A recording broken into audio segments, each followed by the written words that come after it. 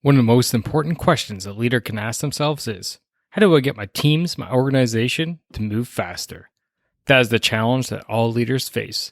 This challenge grows more intense every day, and leading with speed is the answer. The problem of speed is often disguised by other symptoms, such as my projects cannot make an accurate prediction when they'll be done, or the stated need of my teams need to take more risk.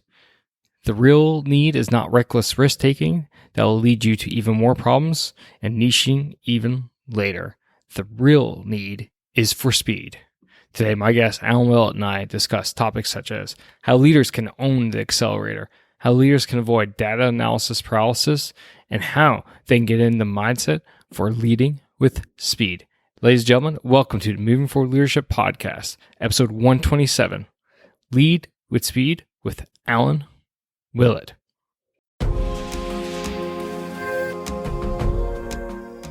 Welcome to this episode of Moving Forward Leadership. Stick around and learn how to achieve, excel, and become a leader that people willingly follow. Lead, don't boss. And now, here's the host of our show, Chief Leadership Officer, Scott McCarthy.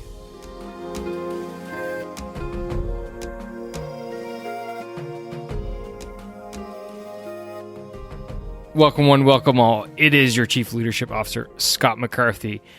And welcome to the podcast focused on the three domains of leadership, and that is leading yourself so that you can be the best leader possible, leading your team so that you can forge those powerful team, high-performing teams, and then finally leading your organization so that you can increase that organizational output. And here at Moving Forward Leadership, we couple my 20 years of military experience as a senior officer with world-class guests such as author Alan Willett today, and we bring you shows like this. And if that intro didn't get you fired up thinking, especially for those who are like 80s kids like myself, of thinking of the original Top Gun, I don't know what would get you to think of the original Top Gun. I just got the need for speed going on here in my mind right now. And today, that's what we're going to be talking about. How you can speed up your decision making, how you can speed up information passage and flowing, how you can speed up your team so that you get the results you're looking for faster.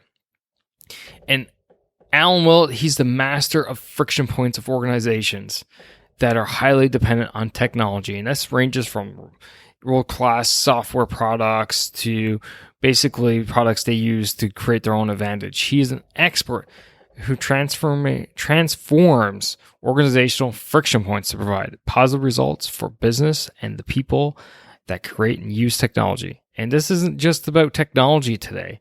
These topics, these lessons, and basically tips that Alan has for you can be used anywhere at all.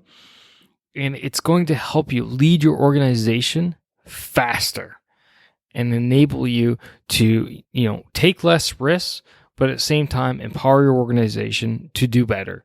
And that's what we're here for. That's what leadership is all about, right? It's about empowering your people so that your organization can go further, quicker, and get on target on time. So with that, you know what? I think that's good enough. So why don't we sit back, relax, and enjoy my conversation talking to Alan Willett about how we can lead with speed.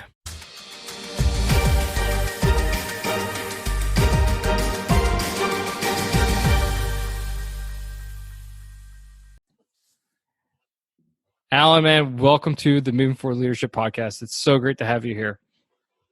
Scott, I'm delighted to be here. So we're just, talking in the preamble before we hit record, talking about companies we work with and different lessons and stuff like this. But I got a question for you before we even really dive in. Like, is there a major corporation you haven't worked with yet? Because I'm looking at your website and it just says partial client list, and it just feels like it just keeps scrolling.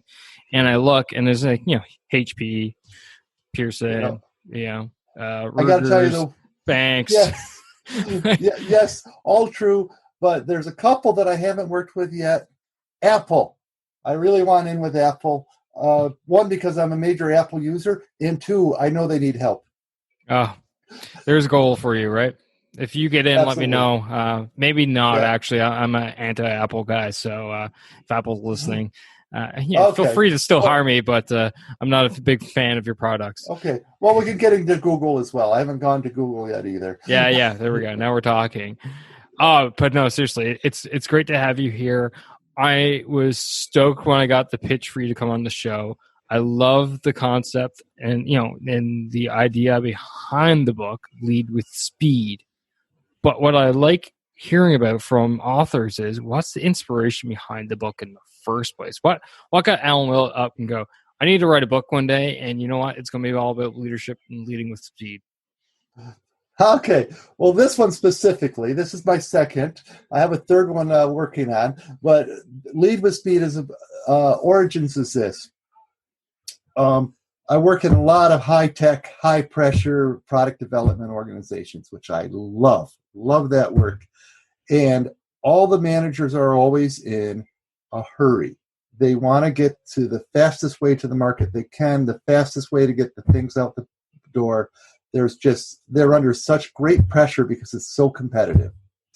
And what I have found is they don't understand some of the fundamental things they need to do to take ownership of the accelerator, ownership of the brake, so they can drive their organizations to the fastest speeds. So there's a lot of counterintuitive stuff that I really wanted to get in their hands. Thus, I wrote the book based on a lot of the experience I've had making organizations faster. Super neat. Super, it's great. It's great ideas for sure. So diving in, your first part, exceptional leaders own the accelerator. What do you mean exactly by that? What is the accelerator? How do leaders actually own it? What are the steps to take ownership of it? Okay, you had 4 questions there. I'll tackle them all. So, first, let's talk about one of the immutable laws. I forgot the exact words, but basically, trying harder doesn't get you faster. You got to do something different. And most people, unfortunately, most organizations, leaders know only one lever for getting faster, and that's high pressure. And that usually doesn't work. It has temporary effects, but it doesn't really work over the long run. So owning the accelerator means understanding the immutable laws of speed underlying high-tech work, but really it applies to many things. Give you an example. To me, it's about, by the way, it's not just speed, it's speed to value.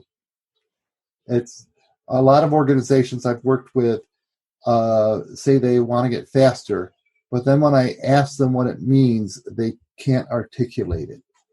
And usually after we do the work, it comes down to something like this.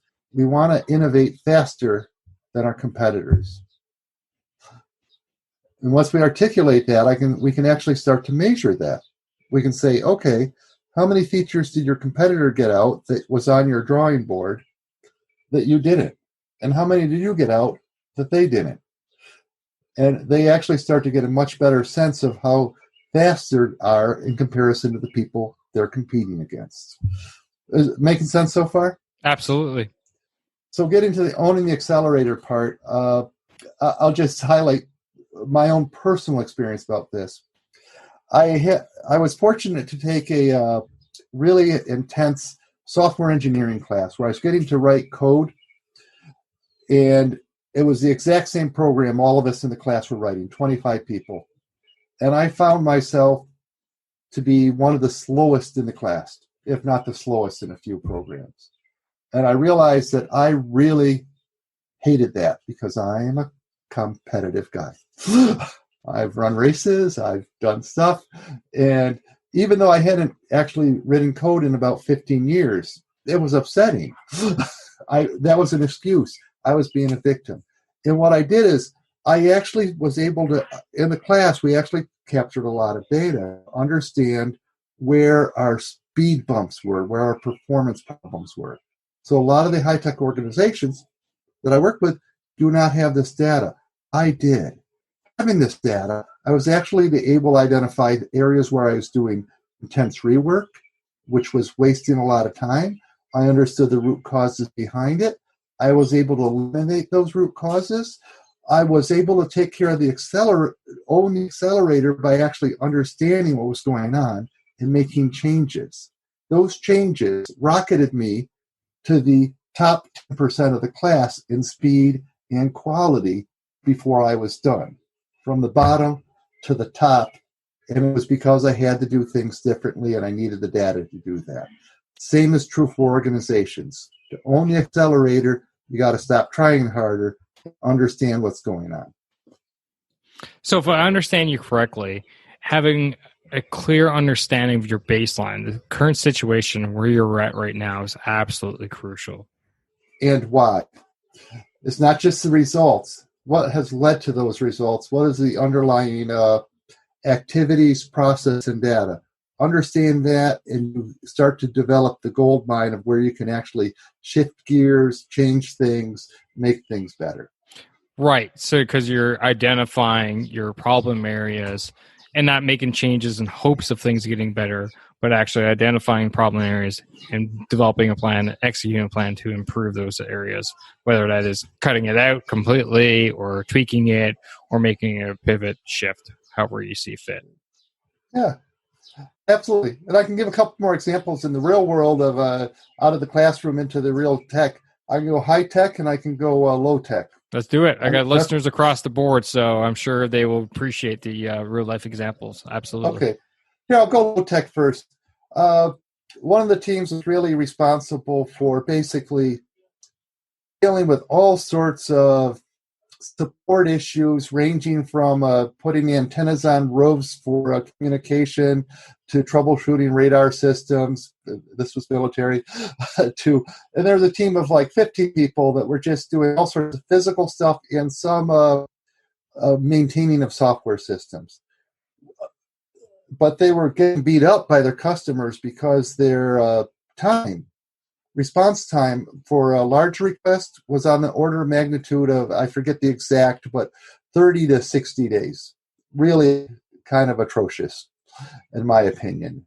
And so we worked with this team to actually get in there and figure out what was going on. And they had a few fundamental issues that I'll talk about, but let's go to the result side for a minute. They had been trying hard, it didn't work. What we did is we put them in a room together to analyze all of this and to come up with solutions on how to own the accelerator, get faster. Results, they're reduced from the 30 to 60 days for the large requests down to less than 7 days. Now the team, by the way, now they had data and was measuring this because they weren't even measuring before. Now they were measuring this. They complained the 7 days was inaccurate because they had 3 major outliers that were not their fault. You know, they took the outliers out, they'd be down to 4 days. By the way, for small requests, they went down from 15 days down to less than a day. It was just astounding.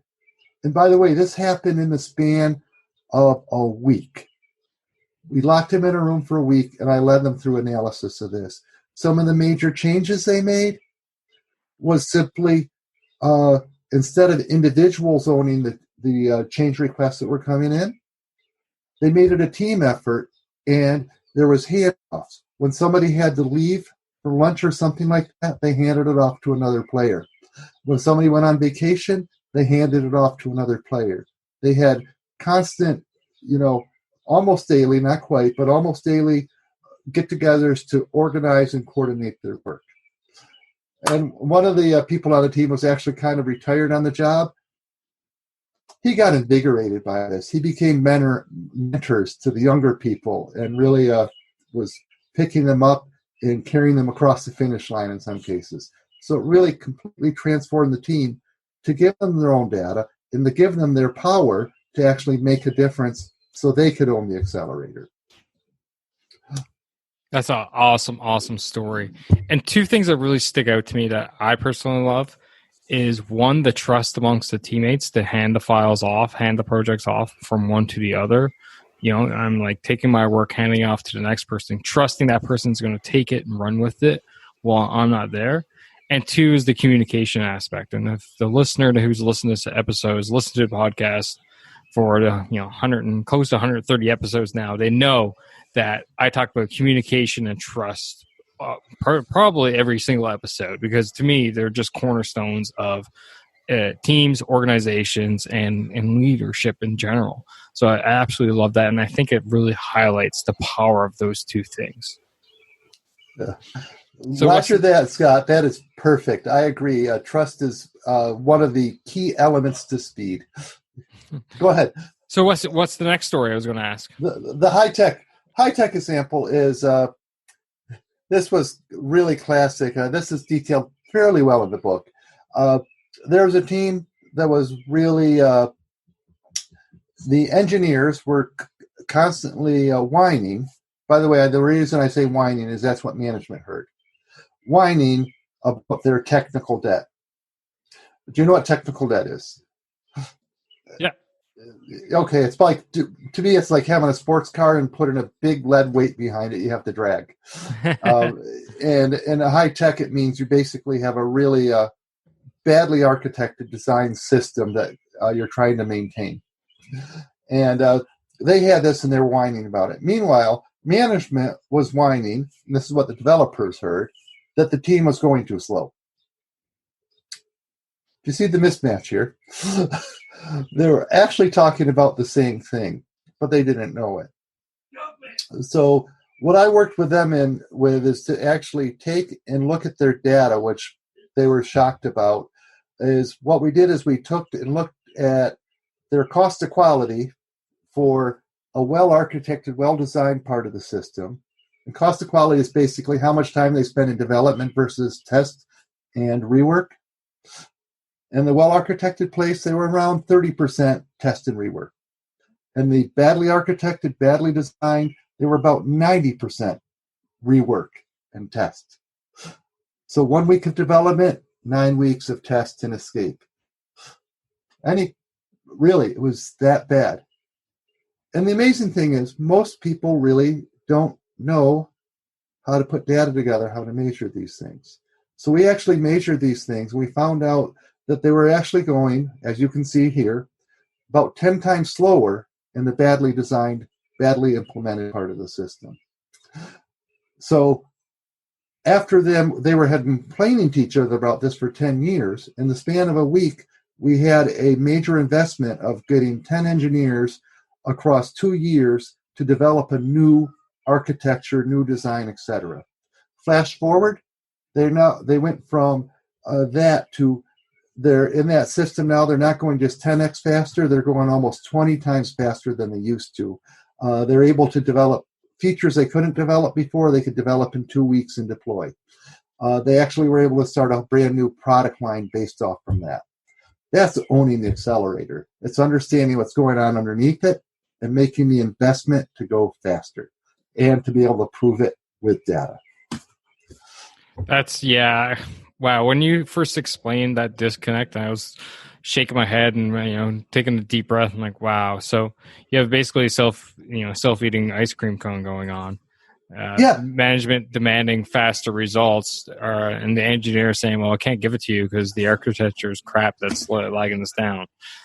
Guess what? Management asked me who to blame, and I actually said, I'm harder on engineers than that.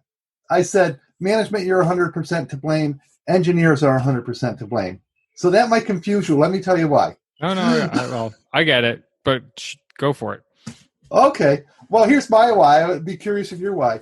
Absolutely, management should have been asking, basically, developers, engineers, tell us how you can go faster. Good question, right? Instead of pressure, ask. 100%. Engineers, basically, all the data was there. They could have made a business case. They didn't know how. I have to confess, they didn't know how. But it just amazes me that they could have taken a little bit of time to think about it, how to prove that they're going slower and make a business case for going faster. I showed them how in some of the new programs I'm doing, the Exceptional Engineer, which I'm just launching, really teaches individual engineers what their obligations are and how to honor them. One of them is it's their responsibility. I tell you, I'm pissed off. I'm angry about the engineers on like the Boeing 737 MAX, on the you're shaking your head. Oh, what a disaster. But yeah, keep going. Yeah. By the way, I read the articles about this, and I read the articles about, the Obamacare website, which was a disaster. I read the articles about the national healthcare system in England that was $10 billion, 10 billion pounds, invested in a system that they threw away because of quality issues. All the case studies blame management. And I got to say, the engineers are accountable as well, because the engineers actually have to stand up and say, we have these 4 obligations which we must honor. And that is, yes, we must deliver great value to the customers and do it for the organization. Number 2, they have to build high quality. They know how. They absolutely most of the time know how, but they believe they're doing a favor to management by cutting quality corners to get something out the door. They're failing in their obligation. They have to tell the truth. They have to turn over every rock for speed, absolutely. But then they have to make a commitment they can keep to deliver that high value, high quality product. If management doesn't like the answer, that's because engineering has to do a better job to explaining the plan, explaining the data, and explaining management what options they have. I just was reading the 737 MAX thing, and there was quote from individual engineers in the organization predicting that this was going to be a disaster. They absolutely should have been pulling on the brakes on the train, raising the flag. They should have stopped this thing from happening. Couldn't agree with you more. Like, yeah. Do I feel passionate? Yes. Yeah. Yeah, that's a great example right there, absolute massive disaster on basically biblical levels, from hundreds of people who've lost their lives, hundreds of aircraft now grounded, no solution in sight, and probably billions of dollars just completely wasted on this aircraft, when if the engineers involved could have talked in a way that their managers would understand, this could have been avoided. You're a leader. You're busy. You're busy taking care of your people. You're busy taking care of your organization. And if you're a small business owner and you're at the top of the food chain, you're here listening to this podcast because you want to know how to lead your people better. So you don't have time for that nitty-gritty details that revolve around marketing. Believe me, I get it. I'm with you side by side. So that's why, I've tapped into using Penji. If you look around at all my social media, banners and logos, they're all developed by Penji. Jonathan Grzybowski, co-founder of Penji, has been a great supporter of the podcast, and I'm supporting him. So if you go to penji.co, penji.co, and use the coupon code MFL15, you're going to get 15% off your monthly subscription. And that isn't just 1 month. No, that is for life. As long as you're paying into them, you're going to get that 15% off, which is huge. Check it out and see if Penji is right for you. Because you know what? I know they're right for me. Again, that is Penji, penji.co, and use the coupon code MFL15. And now, time to get back to the show. Right. One of the things I'm really trying to teach engineers everywhere is how to tell the truth that leads to a positive difference. Right. They treat management as the a lot of times, or the adversary, when really they're peers, and they really got to be on the same side of the table and say, here's what we're doing to help you run your organization, and we're trying to help you avoid enterprise killing quality issues, because this one was possibly a complete enterprise killing quality issue. So I might have got a bit off track on the speed issue, but you see it's directly related, I believe. No, they are amazing and real life examples, right? That highlight it. Now, one thing we talked about a lot has been data, a lot of data, getting that baseline, having understanding, and it can be overwhelming for some leaders out there. they can just look at all the data, especially if they're in a medium or large size company, organization, whatever have you, and they can basically go into data analysis paralysis, where it's just all in their face. They know what they're looking at, but at the same time they don't know what they're looking at. They're not sure what decision to make, what to change, where to start. So how can leaders go about avoiding that data analysis paralysis and actually get moving forward on making some real changes that are going to impact in a meaningful way within their organization? Okay. Terrific question. To me, it starts with managers really should be clearly articulate about what their true objectives are. And what I like to call it expectations of excellence. What are the ground rules they're expecting their teams to run in?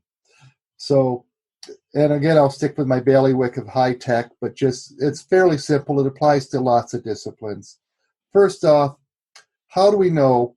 Well, the first off is that we're delivering great value to our customers. So how do we measure great value? Well, useful and used. Pretty simple measure. A lot of organizations don't take enough time to actually look and see if their features, et cetera, are being used and how they're being used, what they deliver to the world. So they need to do that. And they need to be able to evaluate these and how they contribute to the business. So that's not only an accelerator, but it really keeps people pointed in the right direction. Quick segue. I went into one very Fortune 500 company, and they had a list of things they wanted me to help them with, about 20 long on a whiteboard. I went through it and said, hey guys, I was actually slightly more polite than this, but I said, 12 of these are wines, 5 of these observations, and 4 of them are just plain facts. They're what's happening. What's your real problem? And these are very senior leaders. And it took me about an hour to get them back to the point of, we need to innovate faster than our enemy. We were able to wipe out that whiteboard and start to figure out what the problem was. And that led to the next level. What was getting in the way? 1, quality issues. How do you measure that? There's some really simple things to do, by the way. And really, I'm happy to help people. Some of it's in the book, but there's really some simple things. Cost of quality is a simple thing that anybody can measure. And this is, by the way, true in high tech or even customer interactions. If you're in retail, how much time is spent in doing rework or lost sales based on bad interactions with the customer or bad process? How much time is lost in rework and high-tech development where you're spending your time doing it the second or third or fourth time as opposed to getting it right the first time? And fourth, are you making commitments you keep and beat? A lot of organizations, everybody's always overcommitted and behind schedule. Being overcommitted and behind schedule means you're actually losing time because you're constantly spending time replanning. And you actually didn't make a solid plan in the first place to figure out what the most important things were to do. So improve your planning process. People know how to make... where do you live, Scott? Kingston, Ontario. Okay. So if you want to drive to the center of Montreal, how long does that take? About 2.5 hours. What if there's high traffic? Well, now we're talking about like potentially up towards 5. Right. So if you had a really important meeting, when do you leave? Yeah. Well, yeah, up towards 5 hours before, if not the night before. Right. And then if you get there early, you have time to do extra things. Most projects assume that they're going to have a police escort to the center of Ontario with perfect weather, and it's going to be in the middle of the night, so you don't even have much people to go past. And then they assume they can go a little bit faster than they thought. So they can get there in 1.5 hours. Most projects are planned that way. And they really got to plan more like the very simple thing of, let's assume there's going to be heavy traffic, and if we get there early, we can add more features. Teams that have done this go a lot faster because they're under less pressure they make less mistakes, so their rework goes down, and they're actually able to start adding things to the feature as they go along. These are fairly simple concepts, but amazingly hard to implement. Yeah, no, for sure. But it makes sense, right? If you have a clear understanding of what your problems are, then you can go ahead, apply the data that you have in front of you towards establishing a solid plan with taking consideration things like you mentioned of extra time. It's not going to be smooth. It's going to be a bit bumpy. For example, my last job, I was a squadron commander of 200 soldiers. And as I took command, my predecessor said, "Yeah, we're breaking ground on a brand new building for the squadron, and you'll get to be in it before you leave command in 2 years' time." Well, guess what? I wasn't even close. It was like seriously. It was. I think probably 3 years behind schedule by the time they finished, and I think they're still literally working on the building. And I've left that job a couple of years ago now, so it's so true. There will be things that will pop up. For example, and I'll give an engineering example of this specific project. They had to do soil samples, right? Before you make a new building, you do soil samples just to get an idea of what's underneath the topsoil of the ground. Well, they literally did soil samples in a big square, big rectangle, but no one grabbed one from the center. Do you know what was in the center? No, a what? Massive hunk of limestone that ended up putting the beginning of the project right to a grinding halt because they never took in consideration this massive rock of limestone. And when I got the drawing of the final soil samples in comparison to where the limestone was, I mean, they literally encased it, and the rectangle that they did of soil samples, the limestone basically touched every single corner without touching the sample area. It was amazing. You couldn't have asked anything better. But again, it goes back to proper planning. If someone said, "Oh, okay, we got this nice rectangle, let's just go in the middle," they would have found that massive piece of limestone, and then they would have been able to plan for it properly, which would have driven back literally months by the time we all figured out what the plan was and how they were going to go about fixing it and etc. I love that story because it shows a little bit of bad luck and a lot of lack of common sense. Right. I'm like, I have no engineering background. I'm not a civil engineer. My bachelor's is in military history. I have an MBA. Like, no. My background is farming before high tech. And let me tell you, our family farm has been in the family for almost 200 years now. We know to test in the middle. Right. It's just like, it just made sense to you. Test in the middle. You got a big rectangle. Why not drop one in the middle for fun? Yeah. Anyway, but the moral of the story is just that, right? Like you get all that stuff and you make the decisions. You're able to properly plan and move forward, and then you can take in consideration. And then it doesn't become a delay, because suddenly you're like, okay, we have this massive piece of limestone.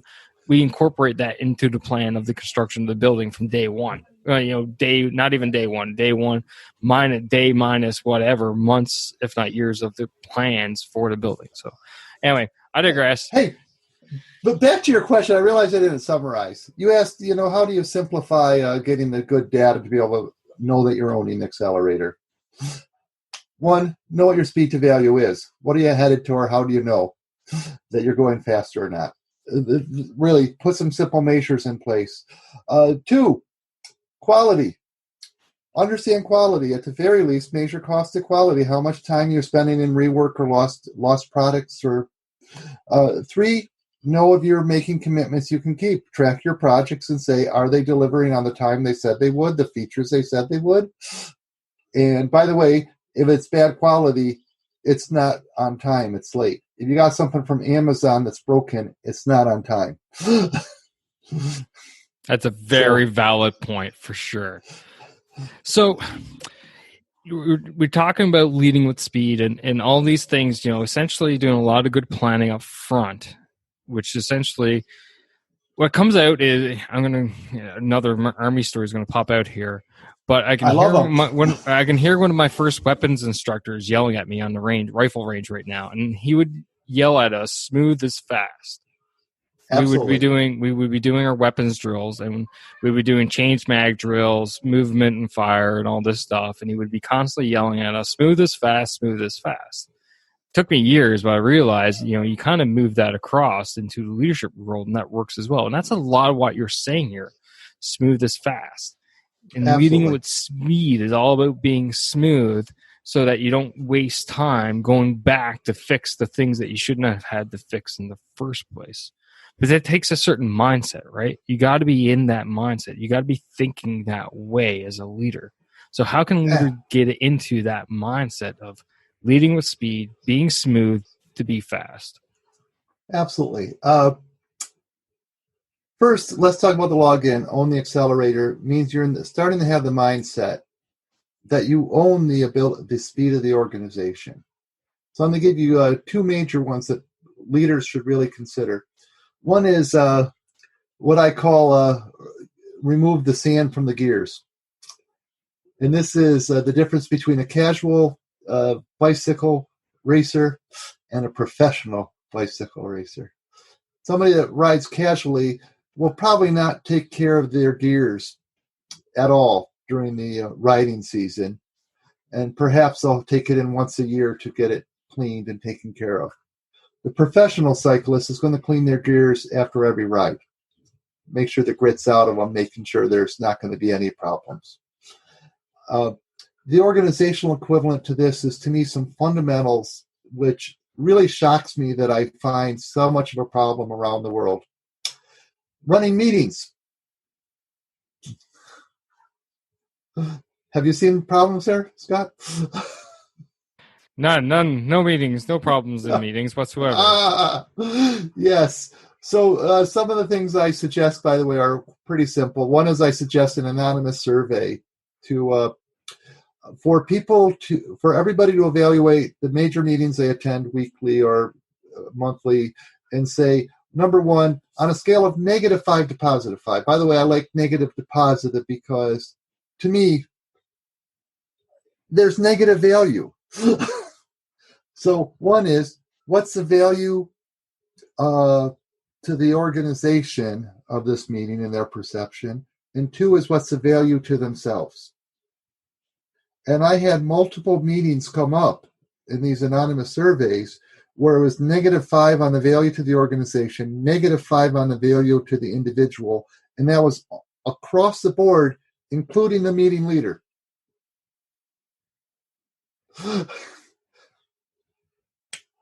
Imagine how much time is spent in meetings. This is a very simple thing, which is know how effective they are. Do something like this. In that case I gave you, by the way, I've hit this multiple times.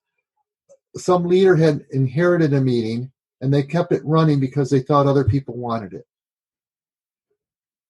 It was no longer needed. It was no longer useful. Everybody thought it was sucking their souls dry. This was, by the way, the worst example was, 20 people spending 2 hours, each person to prepare for it, 2 hours in the meeting, and they immediately canceled it after the survey results came out. Saved the organization 200 hours a week. So here's some simple things. Keep the grit out of the gears. Make sure that people are actually running meetings well. Meetings are actually the drumbeat for an organization, in my opinion. I learned a lot about rock and especially metal bands, that the drummer drives the pace of bands. If the drummer's off pace, the band's in trouble. What I have found is that the meetings are like the drumbeat for organizations. So the meeting leaders actually have to be great drummers. They have to know how to vary the rhythm, how to set the pace, how to change it up, and they need to make sure their meetings are energizing the people toward the value they want to be contributing to. I can go on in this, but the grit and gears is like email communications, instant messaging. You really got to keep these things high value, low noise, and it takes work. Oh, it makes absolute sense for sure. So basically having your eyes open, being in that mindset of having your eyes open and essentially questioning everything, being questioning everything and don't allowing we've always done it that way to be a reason to continue to do something. Right. And it really takes some mindfulness by the leaders. And by the way, this can happen at any level of the organization. I had leaders call me and say, this meeting I'm in is horrible. I asked who runs it. They said, oh, I do. By the way, they did it like this. Pause, stare at me. Oh, I guess I own that meeting. All right. I think we know what the problem is. So any level of the organization can take ownership for getting rid of the sand in the gears. I have one other big one for the mindset. Shoot. Which is this. One of the big things I'm learning is opinion leaders are actually opinion leaders. I know that sounds profound, Scott. You look stunned. But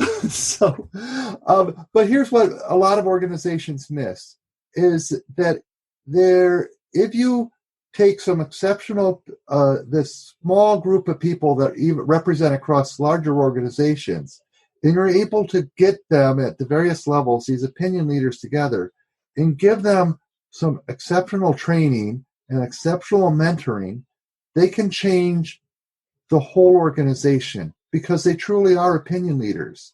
So I find on most teams that I've gotten to the highest levels, I'm able to work with one or two people to change the whole. I don't have to work with 100 people to change the whole. I just need to work with 2 or 3, and I can accelerate the whole organization.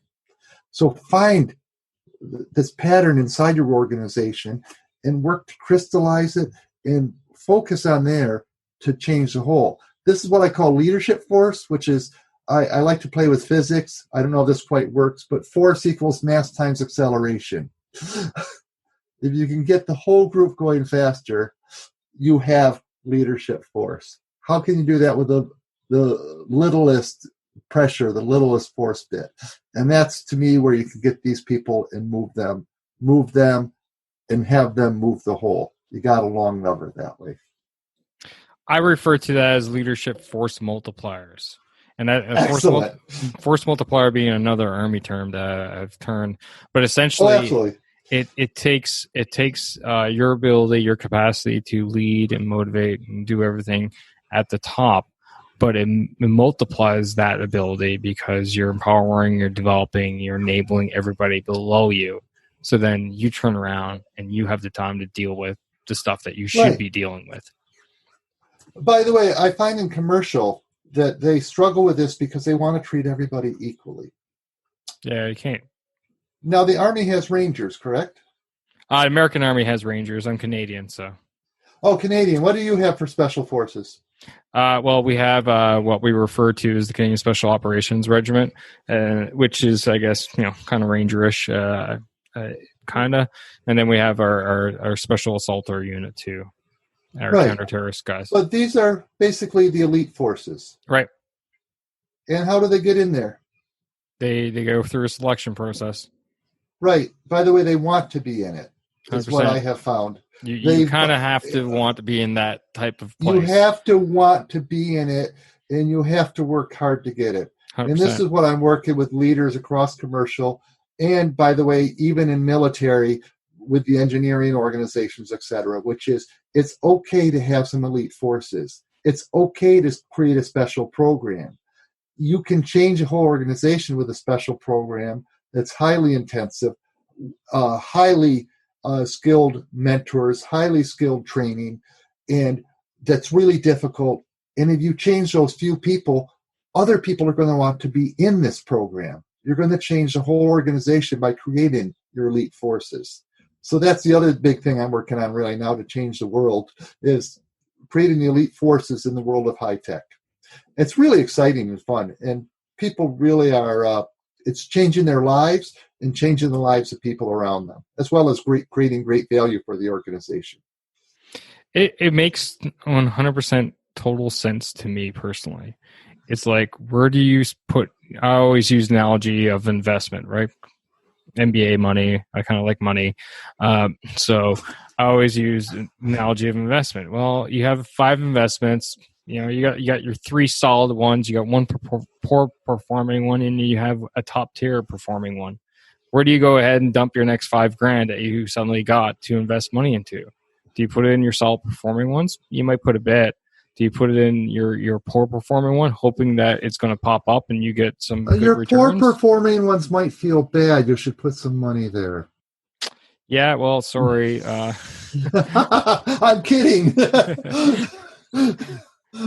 Right, but I use that analogy and saying, no, you want it in your high performing. You want some into the ones that you know that is going to give you the return day in, day out. But you also realize that your high performing one comes with a little bit of risk. And in organizations and businesses, the risk for them that leaders always find is that, I'm scared that the person's just going to leave. Well, you know what? If you don't put the money into them, guess what they're going to do? They're going to get up and leave.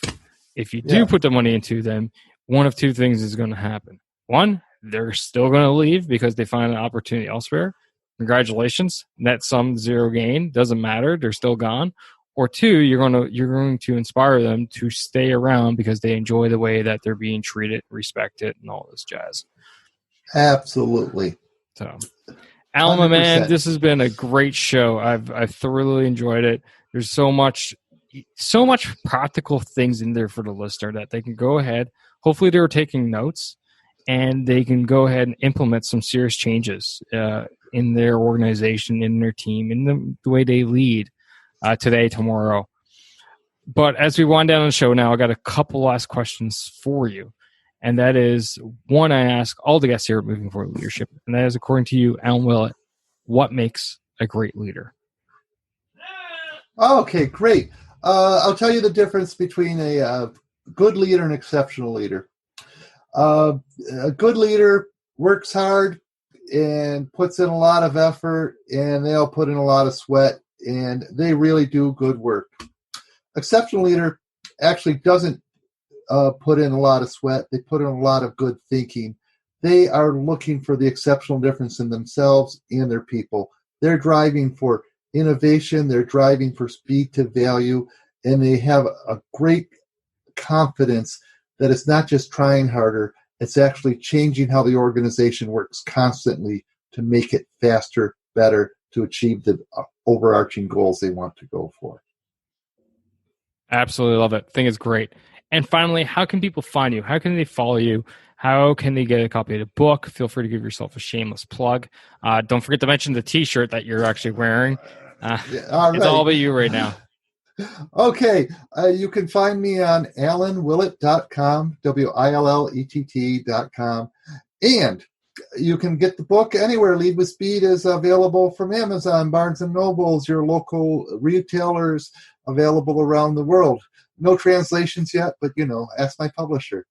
And the T-shirt, yes, if you order and you give me a little shameless plug on Twitter or Zoom, Facebook, etc., I will send you a free, awesome T-shirt, really high quality, because I want to wear them myself, so I put a lot of money into making a great design and buying great quality shirts. So want a free T-shirt that's really cool? Scott says it's cool. Buy my book. It's absolutely rocking it. It's got a thunderbolt. It says "Lead with Speed," and it's got the sprinter from the cover of the book. So it's pretty cool. And I would say that you're the first author on the show that has done a show with a T-shirt of their book. So kudos to you, man. But again, thanks for taking time out of your busy schedule. Thanks for coming out talking to me. Most importantly, the listener there, on how we can lead with speed. Thank you, Scott, and let's keep doing good in the world.